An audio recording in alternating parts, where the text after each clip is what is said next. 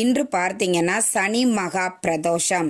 சனிக்கிழமைகளில் பிரதோஷம் வருது அப்படின்னா அதை சனி மகா பிரதோஷம் அப்படின்னு சொல்லுவாங்க. ஏன் சொல்கிறாங்க? ஆழகால விஷத்தை சிவன் அருந்தியதால் அது சனிக்கிழமையில் நடந்ததனால் இந்த சனிக்கிழமையில் வரக்கூடிய பிரதோஷத்தை சனி மகா பிரதோஷமாக சிறப்பாக நாம் வழிபாடு செய்கிறோம்.